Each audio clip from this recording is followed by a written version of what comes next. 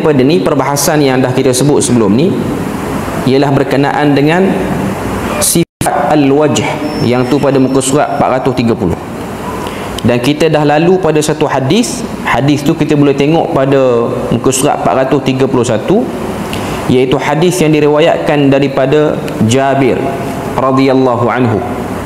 Hadis ni hadis yang diriwayatkan oleh Al-Imam Al-Bukhari, cerita pada kita tentang reaksi Nabi bila mana baca satu ayat dalam surah Al-An'am ni, khususnya ayat yang ke 65. Kalau kita buka dalam mushaf, dalam Quran, Al-An'am 65 ni duduk pada muka surat 131. Allah Ta'ala sebut pada surah Al-An'am ayat yang ke-65, A'udzu billahi minasyaitonir rajim, Qul huwal qadiru ala an yab'atsa 'alaikum 'adzaban min fawqikum. Sampai di situ Nabi berhenti. Nabi pun sebut a'udzu biwajhik. Kemudian Nabi sambung lagi, au min tahti arjulikum. Nabi berhenti sekejap. Nabi doa dengan doa berbunyi a'udzu biwajhikal karim. Nabi sambung lagi, au yalbisakum syi'a wa yudhiqa ba'dakum ba'sa ba'd. Unzur kaifa nusarriful ayati la'allahum yafqahun. Hadis ni riwayat pada Jabir. Cerita tentang Nabi ni bila mana baca Quran, bacaan Al-Quran yang Nabi lakukan bukanlah bacaan yang bersifat kaku, baca saja, fokus pada kalimah semata-mata, fokus pada sebutan semata-mata. Tapi bacaan Nabi ialah bacaan yang ada penghayatan. Sebab tu sampai pada ayat-ayat berkaitan dengan azab, dalam hadis lain, hadis riwayat pada Ummu Salamah dan Aisyah radhiyallahu anha kata, Nabi ni kalau bangkit salat malam qiyam, Nabi baca ayat-ayat tertentu dalam Al-Quran. Kalau sampai pada ayat-ayat berkaitan dengan rahmat, Nabi berhenti, Nabi berdoa dulu.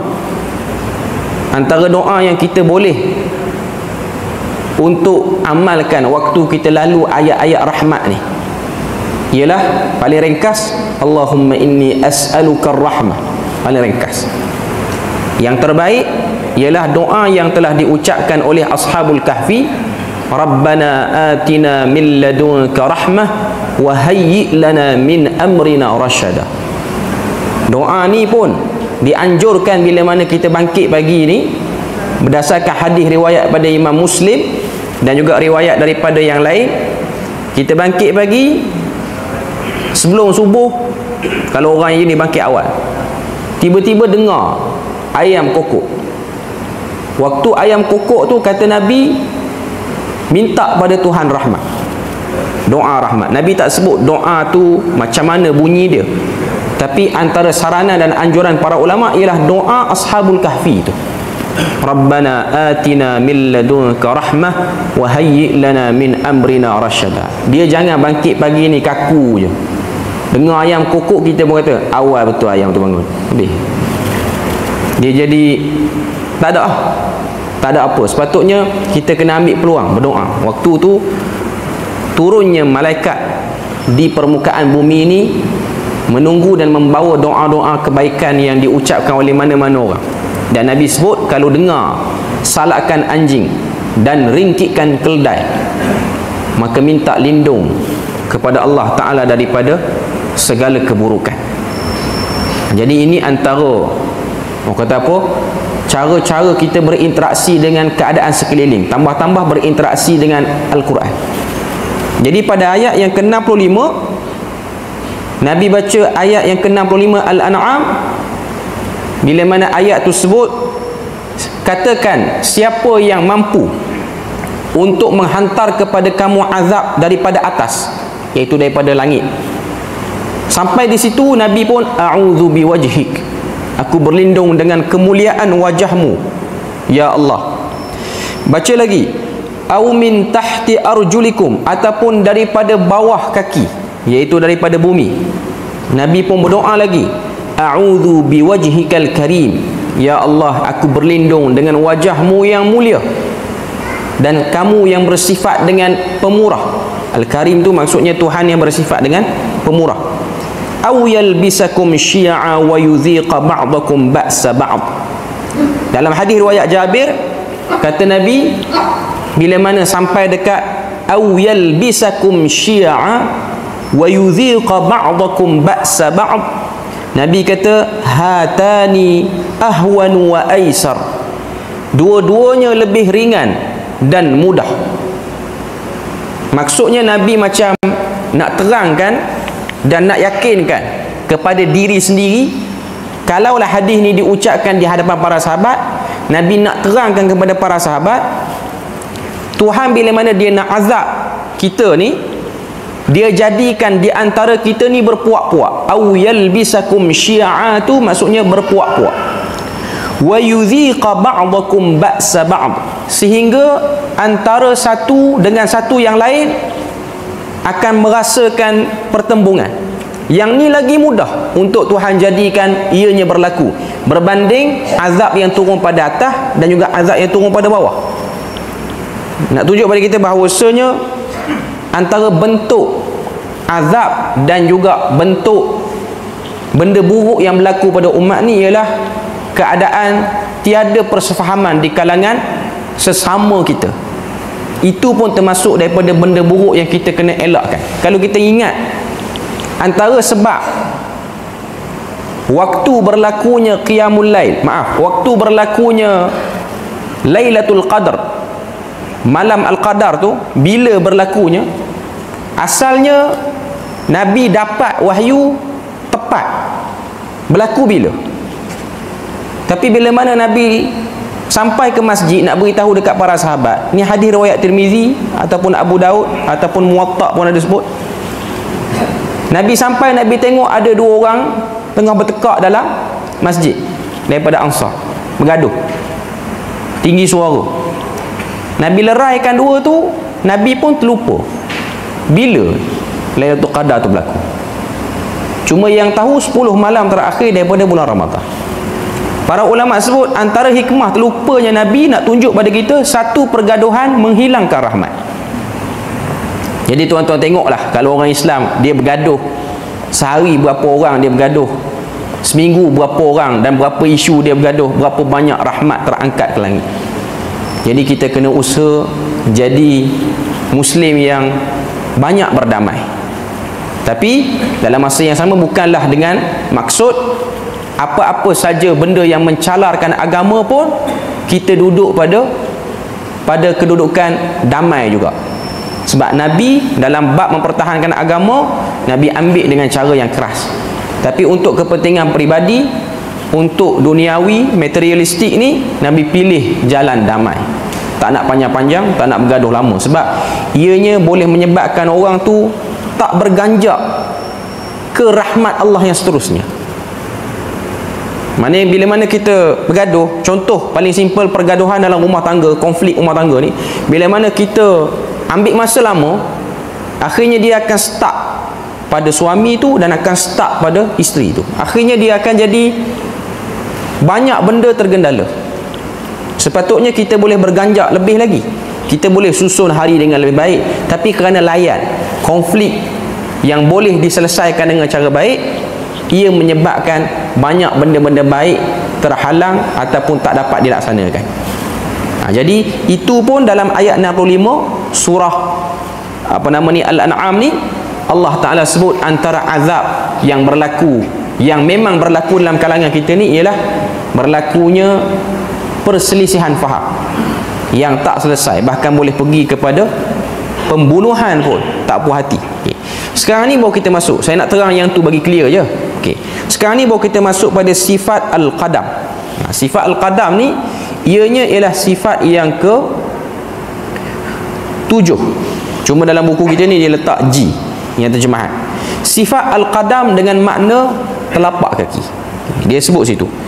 Al-Qadam termasuk di antara sifat-sifat khabariyah yang disampaikan melalui sunnah yang suci. Kita dah sebut banyak kali sini sifat khabariyah ni apa dia? Khabar tu maksudnya dia hanya dibawa dengan bentuk berita. Diwahyukan pada Nabi, Nabi memberitahu pada umat, tapi tak boleh tunjuk. Tak boleh tunjuk clear macam ni bentuknya, tak boleh. Sebab tu dia sebut dengan sifat khabar. Kita hanya terima dan percaya kerana ianya dikhabarkan daripada wahyu. Kalangan salaf pula telah beriman kepada riwayat yang sahih daripada Nabi sallallahu alaihi wasallam tentang bersifatnya Allah dengannya. Maknanya Allah Ta'ala itu adanya padanya qadam, bukan qidam. Qidam tu maksudnya lama ataupun qadim. Yang tu ada dalam perbahasan sifat 20 ada bahas sebab ni. Tapi yang nak dibahas ni ialah qadam. Kemudian dia sebut sini berbeza dengan kelompok ahli takwil. Berbeza dengan kelompok ahli takwil sebagaimana kebiasaan mereka dalam bab tentang asma Allah dan sifat-sifatnya, yakni menolak zahir khabar daripada Rasulullah sallallahu alaihi wasallam dan mentakwilkan hal itu dengan takwilan-takwilan yang jauh. Daripada orang kata apa? Daripada pernyataan ini kita boleh tengok penulis cuba nak bawakan kepada kita bahawasanya bila mana berinteraksi dengan nama-nama dan sifat-sifat Tuhan yang macam ni memang kita akan terpaksa berhadapan dengan kelompok yang cuba nak mengalihkan makna sebenar perkataan itu. Qadam maksudnya telapak kaki. Tapi memang ada kelompok dan memang ada kumpulan yang tak nak terjemah dengan telapak kaki sebab rasa ianya daripada ain mujassimah. Ain tu maksud dia apa? Daripada bibit-bibit mujassimah. Ada macam penyerupaan. Tapi sebenarnya tidak. Inilah yang dilakukan oleh salafus salih, memberi terjemahan tanpa memberi kaifiat ataupun pendetailan. Kita dah sebut banyak kali di sini. Okey. Kemudian dia sebut lagi, yakni menolak zahir khabar daripada Rasulullah dan mentakwilkan hal itu dengan takwilan-takwilan yang jauh. Bahkan mereka mengejek pihak yang menetapkan sifat ini. Ini pun bahagian daripada apa yang dah kita lalu tadi, iaitu pada ayat yang ke-65 surah Al-An'am. Allah Ta'ala jadikan pada umat ini aw yalbisakum syi'a, tertipu, terkeliru dia dengan kelompok-kelompok yang banyak ni. Maknanya ada kelompok bila mana baca ayat-ayat sifat tentang sifat Tuhan, zat Tuhan ni, mereka memilih metodologi ini, dan metodologi itu tidak didasari dengan dasar yang jelas daripada generasi yang awal. Hanya disusun berdasarkan kekhawatiran sendiri ataupun kita sebut sebagai zan, sangkaan sendiri. Quran pun sebut antara sikap ahli kitab ni merujuk pada Yahudi dan Kristian, mereka bila mana baca tentang ayat-ayat Tuhan dalam kitab mereka yang awal, iaitu dalam Taurat, dalam Zabur, dalam Injil ni pun ada penerangan tentang zat-zat Tuhan. Apa dia orang buat? Yadhunnuna billahi dhannal jahiliyah, membuat sangkaan terhadap Allah Azza wa Jal dengan sangkaan-sangkaan jahiliyah, kononnya untuk menutup kekurangan dan kesilapfahaman sebahagian orang yang tak berapa faham, tak biasa berinteraksi dengan ayat-ayat Tuhan ni. Nak tutup bagi dia orang faham elok, kita alih makna tu siap-siap. Benda tu tak boleh, tidak dibenarkan. Sebab tu dalam hadis Nabi sebut tanggungjawab ahli ilmu ni, ini hadis yang diriwayatkan oleh At-Tahawi dalam Mushkilul Athar, yahmilu hadzal ilm kullu khalafin udulu.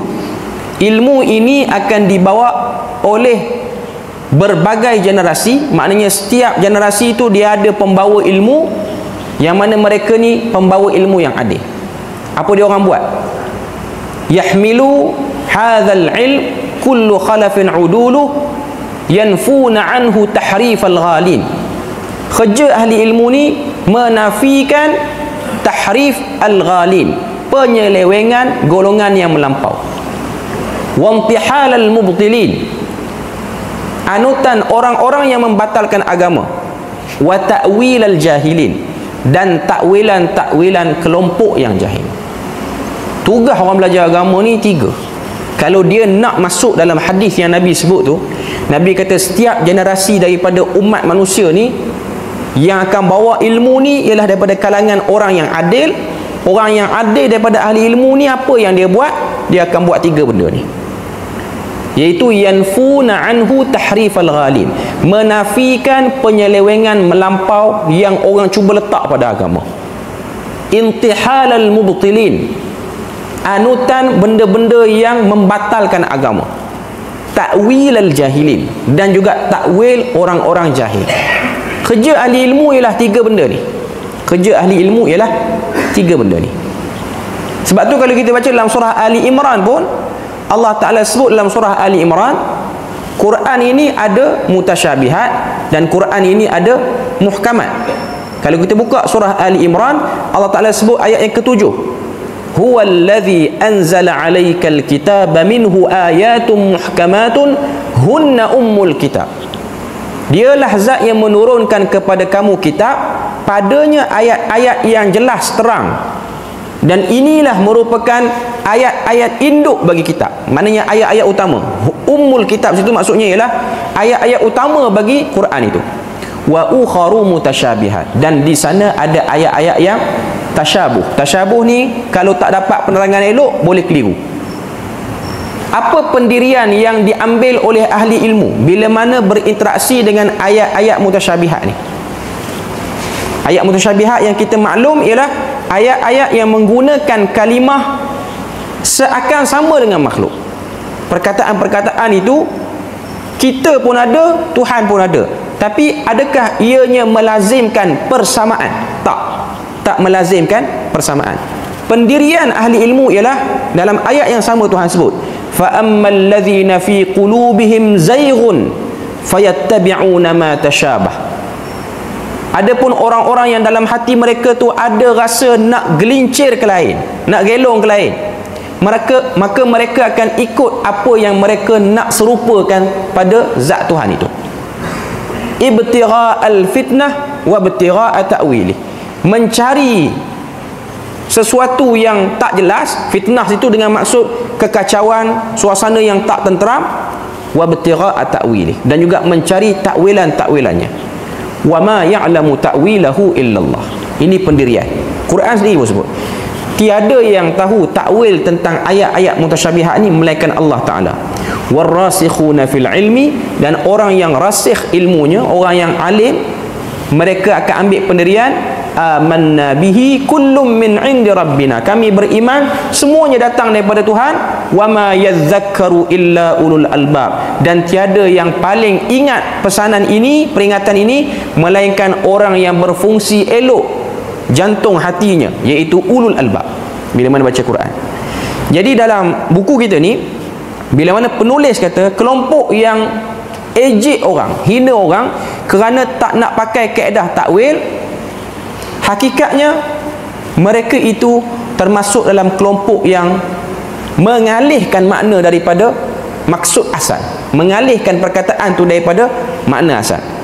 Perenggan paling bawah dia sebut, dengan begitu bererti mereka telah mengejek para imam Islam yang telah menetapkan apa-apa yang ditetapkan oleh Allah Azza wa Jal untuk dirinya atau yang ditetapkan oleh Rasulnya untuknya. Muka surat 434. Di antara orang yang menetapkan sifat ini ialah Imam Asy-Syafi'i rahimahullahu ta'ala. Memanglah, sebab buku kita ni pun nak bahas tentang manhaj akidah dia. Beliau berkata, Imam Syafi'i berkata, sesungguhnya Allah Ta'ala itu mempunyai qadam, telapak kaki, berdasarkan sabda Nabi sallallahu alaihi wasallam, hingga Rabb meletakkan qadamnya padanya, yakni jahannam. Hadis ni kalau tengok, hadis tentang berlakunya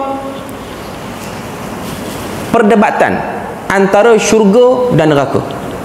Kita tengok dalam hadis yang pada muka surat tu, hadis tu duduk di bawah. Hadis yang dijadikan landasan oleh Imam Asy-Syafi'i rahimahullah adalah potongan dari sebuah hadis panjang yang diriwayatkan oleh Abu Hurairah radhiyallahu anhu.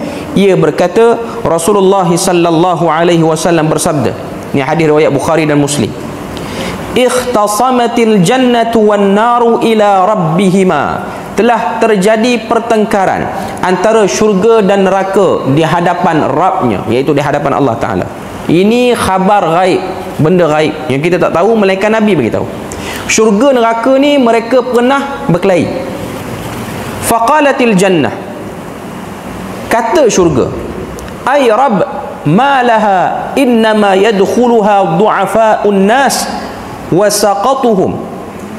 Wahai Tuhan, kenapa yang masuk jadi ahli syurga ni, yang duduk dalam aku ni orang-orang yang lemah dan orang-orang yang hina? Tak nampak orang kaya, tak nampak orang-orang ternama, tak ada. Wa qalatin nar ay Rabb innama yadkhuluha al-jabbarun wal mutakabbirun. Lalu neraka pun kata pada Tuhan, wahai Tuhan, kenapa yang masuk ke dalam aku ni, neraka kata ni, ialah orang-orang yang jabbarun. Jabbarun maksudnya ialah orang-orang yang kejam daripada kalangan penguasa. Wal mutakabbirun, dan juga orang-orang yang sombong daripada orang yang mempunyai harta lalu dia sombong.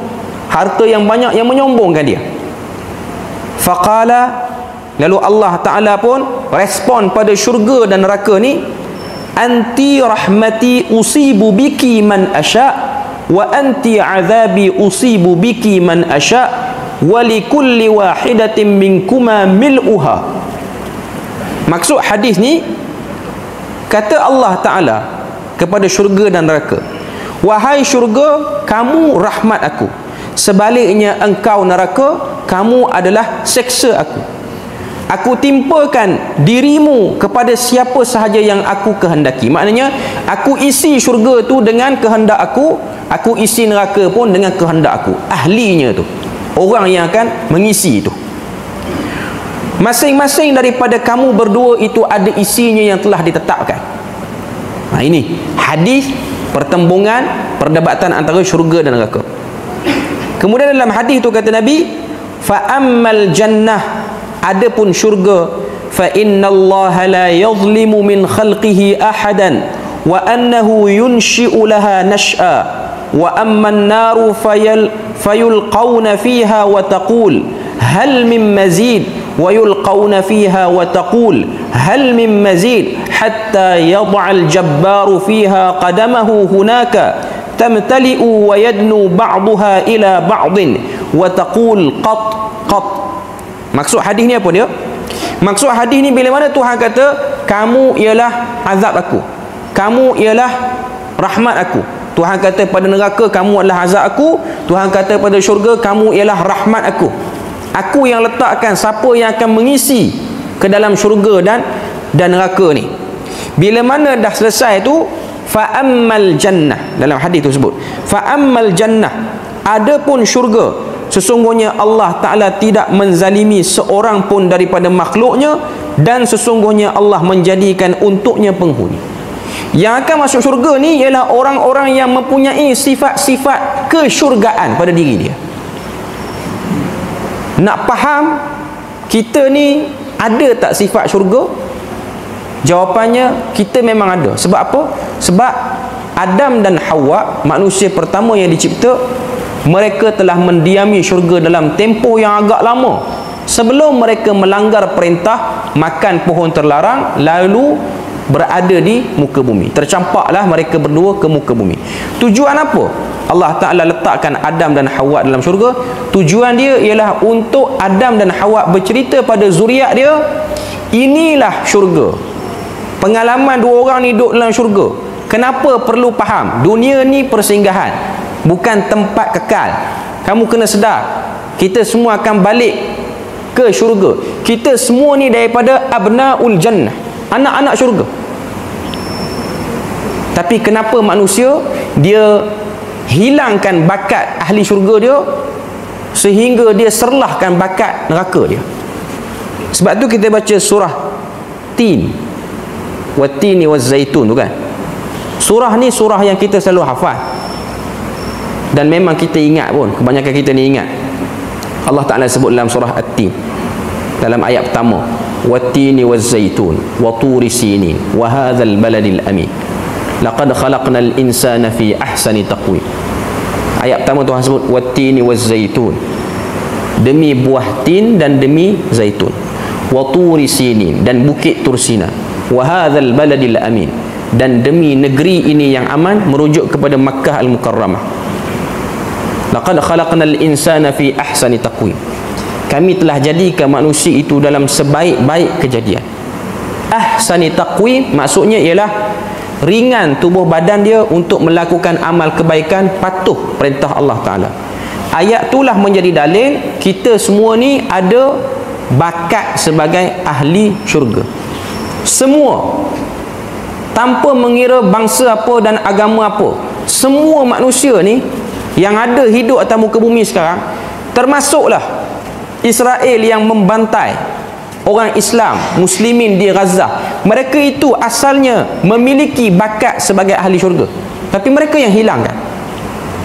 Dia sendiri yang hilangkan. Sebab itulah Tuhan sebut pada 3 ayat pertama surah At-Tin tu, Wat-tini waz-zaitun, demi buah tin dan demi buah zaitun. Kita faham apa? Kita buka terjemahan, kita faham apa ayat ni? Orang hanya akan nampak Tuhan nak sebut buah tin dengan buah zaitun. Para ulama sebut, antaranya Imam Al-Baydawi dalam kitab dia Tafsir Al-Baydawi, lihatlah di tanah mana yang paling banyak tumbuhnya buah tin dan zaitun ini. Tanah mana? Tanah Syam. Syam ni merujuk kepada Palestin sekarang ataupun sekitarnya. Sebab kalau kita tengok 25 Nabi dan Rasul yang ada dalam Al-Quran, lebih pada separuh medan mereka ialah berlegar di dataran Syam itu. Sebab tu pengeluar zaitun terbaik Palestin, pengeluar buah-buah yang terbaik pun daripada bumi ini. Tuhan suruh kita tengok di bumi ini telah berlakunya, berjalannya kekasih-kekasih Tuhan, berjalannya Ibrahim, berjalannya Yahya, Isa, berjalannya Maryam, ni semua orang saleh, berjalannya Imran. Kita baca Ali Imran tu, surah Ali Imran tu 200 ayat tu. Tuan-tuan tahu Imran tu siapa? Imran tu ialah ayah kepada Maryam. Dia ni siapa? Dia ni mengikut sebahagian riwayat menyebutkan dia ialah imam kepada Masjid Aqsa dulu. Imran ni dia duduk di kawasan tu, di bumi tu. Sebab tu sebagai Muslim, tanpa kira dia duduk negara mana, bangsa apa, selama mana dia beriman dengan Quran yang ada sekarang, dia tengok nama-nama surah, pasti akan mengikat diri dia dengan bumi itu. Sebab tu solidariti seorang Muslim dengan apa yang berlaku di Aqsa tu penting dan besar. Ada orang dia kata, tak, ini isu humanity, kemanusiaan. Ya, saya setuju isu tu, memang ada isu kemanusiaan pun. Tapi sebagai seorang Muslim, kita tak bercakap macam tu. Kita bercakap sebagai dasar keimanan. Sebab kita tahu bumi itu bumi mulia, sehingga Allah Ta'ala mention bumi itu. Wat-tini waz-zaitun wa turi sinin. Turi sinin ialah Turi Saina yang berada di Mesir. Itu ialah tempat laluan Nabi Musa AS.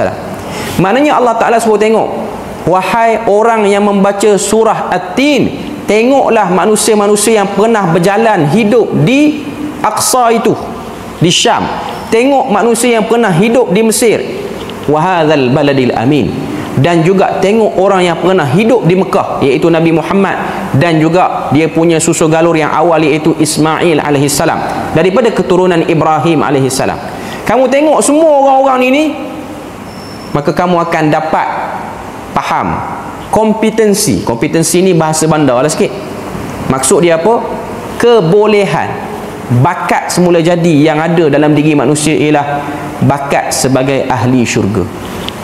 Kalau dia berbakat menyanyi, dia berbakat buat itu, tangan dia mudah bertukang, yang ni pandai buat kerja, itu bakat-bakat yang hanya boleh diimplementasi di sini saja, boleh diserlahkan di dunia ni saja. Tapi yang lebih besar dan utama sebagai seorang Muslim ialah mengekalkan bakatnya sebagai ahli syurga sampai dia pastikan dua-dua belah kaki dia berjaya berada di dalam syurga. Itu yang mustahak.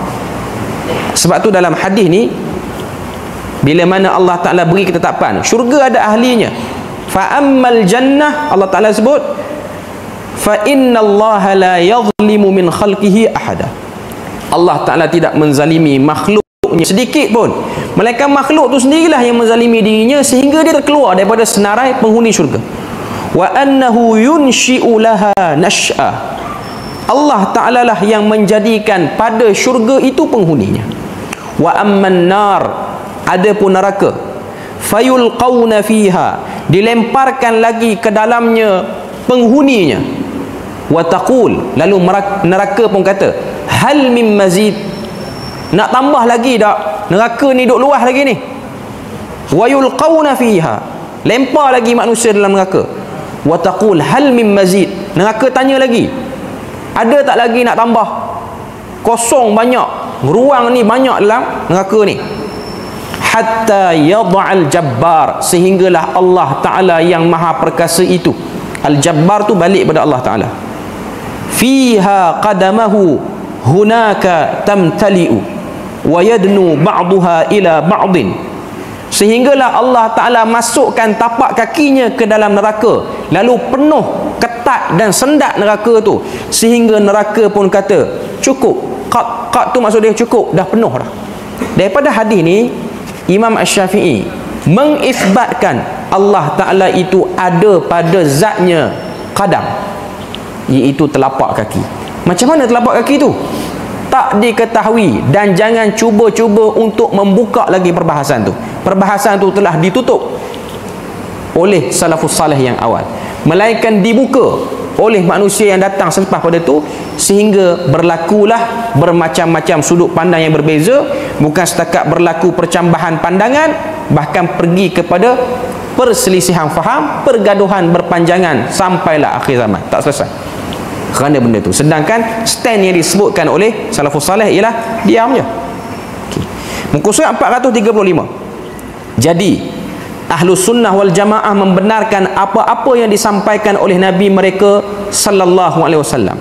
Mereka tidak perlu memutar otak, tidak pula fikiran dan daya nalar dalam masalah yang sesungguhnya tidak ada daya bagi mereka, kerana urusan dalam masalah ini adalah taslim. Dia dah sebut jelas dan terang, kita terima. Kalau kita bayangan itu ketahuilah syaitan.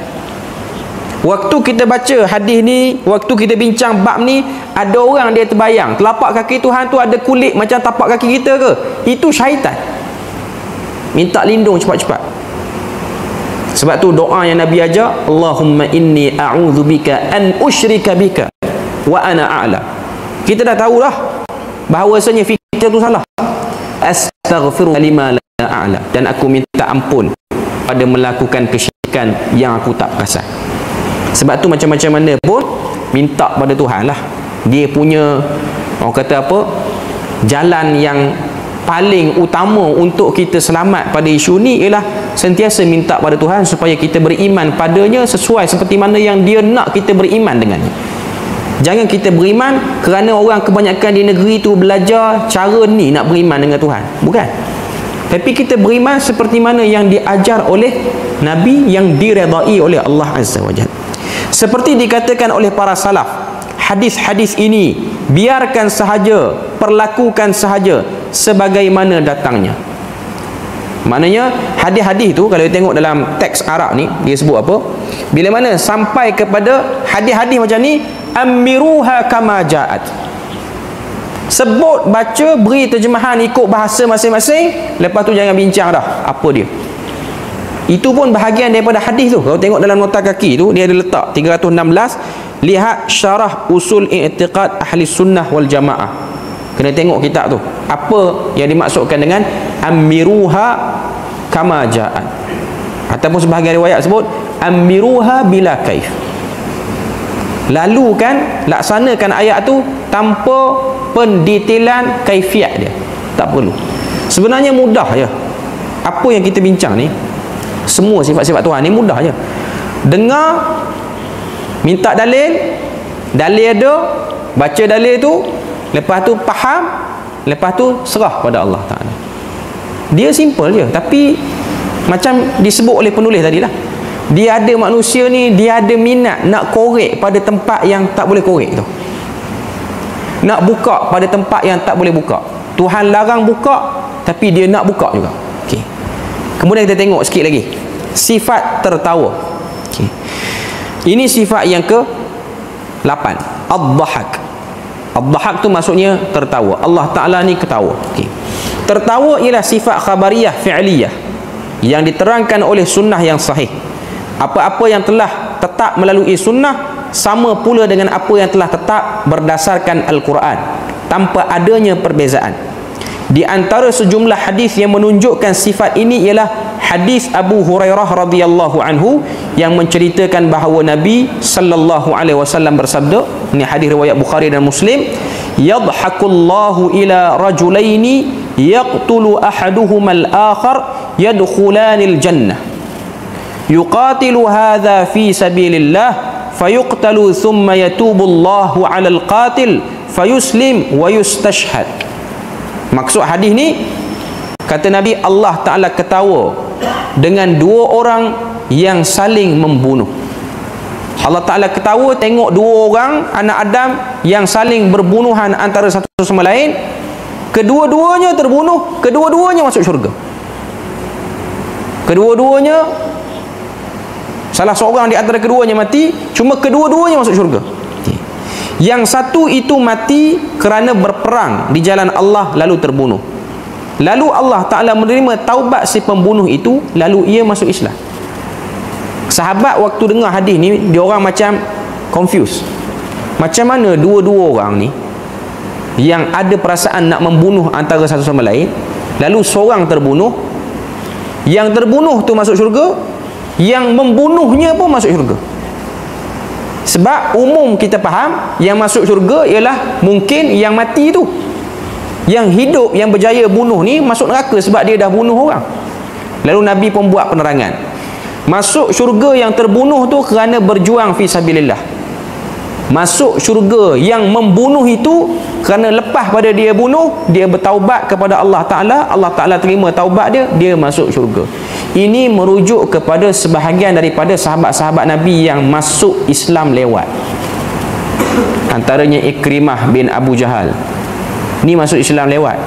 Waktu perang Badar pun sakan bunuh orang, waktu perang Uhud pun sakan bunuh orang. Tapi dia tu kita sebut sahabat Nabi, walaupun dia pernah bunuh juga sahabat-sahabat yang penting dalam perang Uhud khususnya. Dia dikira sebagai sahabat Nabi, walaupun dia tu ada sejarah pernah bunuh sahabat-sahabat juga. Itu yang dimaksudkan oleh hadis ni. Hadis yang memuat keterangan yang sama banyak jumlahnya.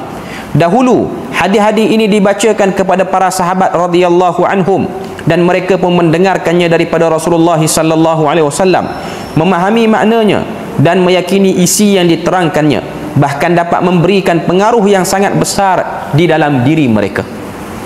Hadis-hadis macam ni, Tuhan ketawa, Tuhan malu, Tuhan rasa takjub, banyak hadis macam tu. Tuhan malu dengan hamba yang meminta, berterusan meminta kepada Allah Azza wa Jalla. Tuhan malu untuk tak beri permintaan yang diminta oleh orang yang berdoa.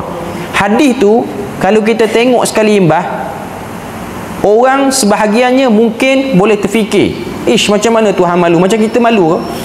Memang syaitan dia akan masuk attack kita pada part itu. Tapi malunya Tuhan bukanlah seperti mana malunya kita dengan maksud rendah diri, rasa kerdil, bukan itu. Ianya bermaksud lain, dan kita pun tak tahu maksudnya tu. Kita serahkan maksudnya kepada Allah Azza wa Jalla. Apakah yang difahami ataupun apakah yang sebenarnya maksud daripada malunya Tuhan. Macam hadis riwayat Ahmad, Nabi sebut, innallaha la yu'jabu minasyabab laisa lahu sabwah. Allah Ta'ala kagum, hebat dengan pemuda yang tiada pada dirinya sabwah. Sabwah ni maksud dia apa? Kecenderungan nak buat maksiat. Tuhan ni rasa kagum. Adakah kagum Allah Ta'ala macam mana kita kagum ataupun kita rasa hebat macam kita hebatkan anak kita yang dapat result SMG? Tak sama. Kalau kita fikir tu, kita silap. Kita sedang memujassimahkan Tuhan. Itu yang dimaksudkan. Tapi Nabi sebut Tuhan rasa bangga. Tuhan rasa bangga. Tak perlu tengok yang tu. Yang kena tengok ialah orang muda bila dengar hadis ni, jadilah orang muda yang kuat menahan desakan hawa nafsu dan juga syahwat dia untuk buat benda-benda yang salah. Sabwah tu maksudnya ialah orang yang betul-betul tahan. Sabwah tu maksudnya kuat, buat terus. Dalam hadis tu sebut laisa lahu sabwah, tiada pada dirinya sabwah. Sabwah ni tengok orang minum arak, orang minum arak satu kendi, dia kata aku boleh minum dua. Itu sabwah. Orang muda yang tak ada sabuah itu bagus. Tengok orang couple seorang, dia boleh cerita kawannya, aku kalau nak couple 10 baru aku boleh buat. Itu sabuah. Sabuah jangan ada pada orang muda. Sebab orang muda ni dia sinonim dengan sabuah sebab dia bertenaga. Pada orang yang berumur, orang yang tua, tak ada. Tidak disebut sabuah. Sabuah ni ialah pantang dicabar. Tak ada orang ajak pun. Orang kata apa? Bertanding. Tapi dia yang nak bertanding. Diri dia. Tak ada orang ajak. Itu ialah sifat satu orang pemuda yang disebut sebagai darah panah ni. Bawa kereta highway, orang potong dia. Orang tak ajak berlumba pun, dia rasa orang ajak berlumba. Dia pun potong. Dan sekali dia dapat saman dekat 3 keping. Dia yang rugi. Tak dapat apa pun, mereka dapat samannya. Tapi dia tak boleh. Dia ada satu sikap pantang dicabar. Tak ada orang ajak pun. Ini sabuah dia ni. Orang muda dia ada sabuah. Tapi dia kena kekang diri dia daripada sabuah itu. Dia kena tahan diri dia. Jangan terpedaya dengan cakap-cakap orang, dengan trend semasa, sehingga kita nak kena ikut kebiasaan orang-orang muda lain. Sebab dalam hadis Nabi sebut, dipuji dan dibanggakan orang muda yang seperti ini. Sebab tu benda tu penting. Yang sepatutnya bagi orang muda ni ialah dia kena rasa bersungguh untuk mendapatkan saf pertama pada setiap waktu salat. Sebab kebiasaan orang muda lain, dia pergi ke lain. Sebab realiti kita tengok di Malaysia ni, masjid-masjid dihadiri oleh kebanyakannya orang yang dah berumur. Orang muda jarang. Kita tengoklah pada malam ni, orang yang umur 20-an dan belasan, adakah separuh daripada bilangan jemaah dalam masjid ni? Tak sampai. Sabuah dia pergi ke lain. Dia pergi ke lain. Tapi kalau orang muda yang dia boleh jaga, dia datang masjid sebelum subuhnya, sebelum orang azan lagi. Bahkan dia melazimikan dirinya itu untuk sentiasa mendengar azan dalam masjid. Itu ialah orang muda yang hebat. Saya ingat ada satu video saya dengar, Syekh Mukhtar Shankiti. Mukhtar Shankiti ni masih lagi hidup, mengajar dalam Masjid Nabi sekarang. Orang tanya pada dia soalan, orang muda minta pada dia pandangan. Syekh, aku ni dah depres banyak kali dah. Minta anak dara ni tak dapat, minta perempuan ni tak dapat. Tolonglah doakan aku supaya aku ni ada semangat, dan tolong beri nasihat. Nasihat dia cukup menarik. Video dia ada terjemahan bahasa Indonesia. Menarik. Kita bagi lalu azan dulu, nanti saya cerita sikit.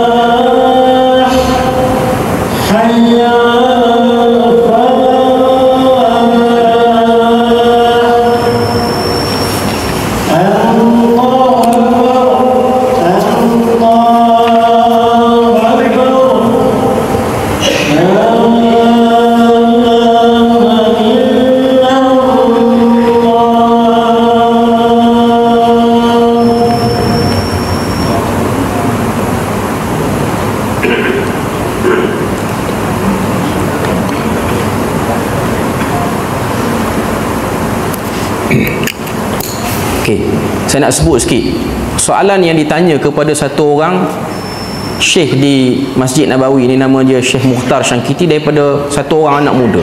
Yang saya rasa masalah ni pun dihadapi oleh sebahagian orang muda sekarang pun, tak kira negara mana. Diminta pada Syekh pandangan.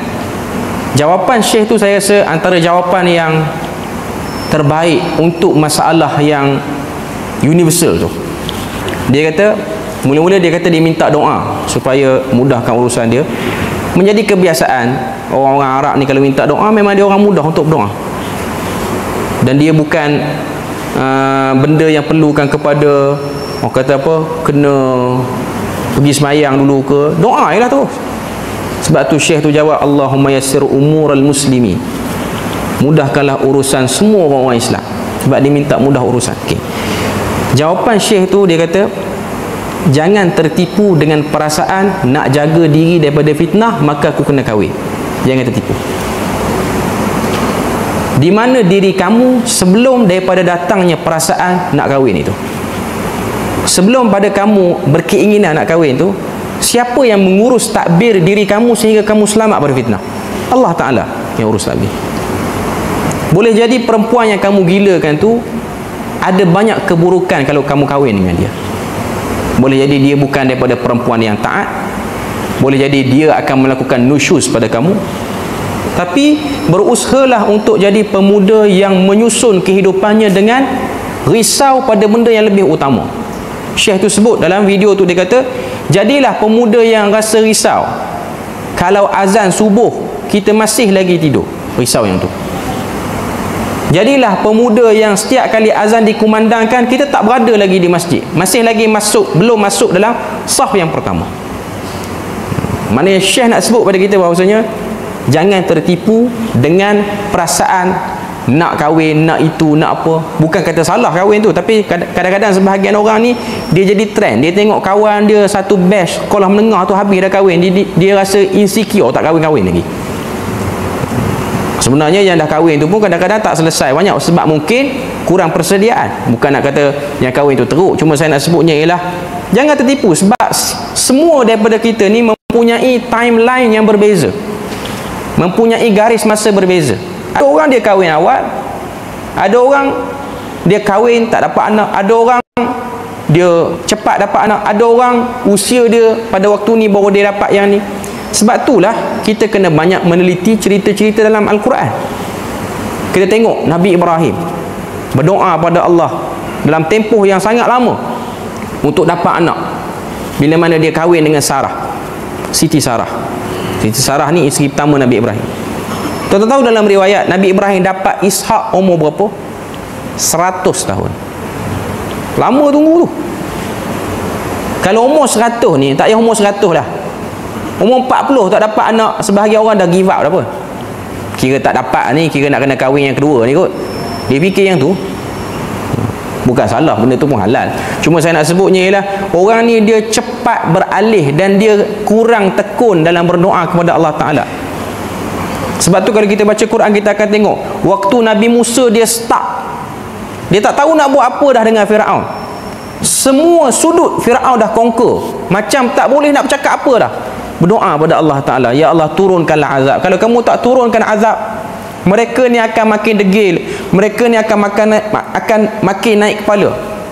Tuan-tuan tahu berapa tahun doa tu dijawab? 40 tahun baru dijawab.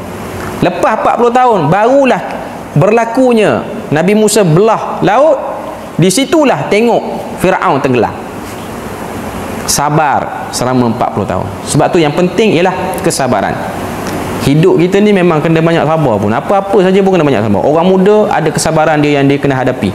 Orang berumur ada kesabaran dia yang dia kena hadapi. Orang tua pun ada kesabaran yang dia kena hadapi. Kanak-kanak yang dah balik pun semua, setiap pada kita ni ada cerita sabar yang berbeza masing-masing. Tapi yang pasti optimislah, berharaplah kepada Allah dengan pengharapan yang baik. Moga Allah Ta'ala beri pada kita kesudahan yang baik. Jadi kita berpada situ je. Kita akan sambung kali yang akan datang pada muka surat 436, masih lagi pada sifat ad-dhahak itu. Subhanakallahumma wa bihamdik, asyhadu an la ilaha illa anta wa astaghfiruka wa atubu ilaik. Wassalamualaikum warahmatullahi wabarakatuh.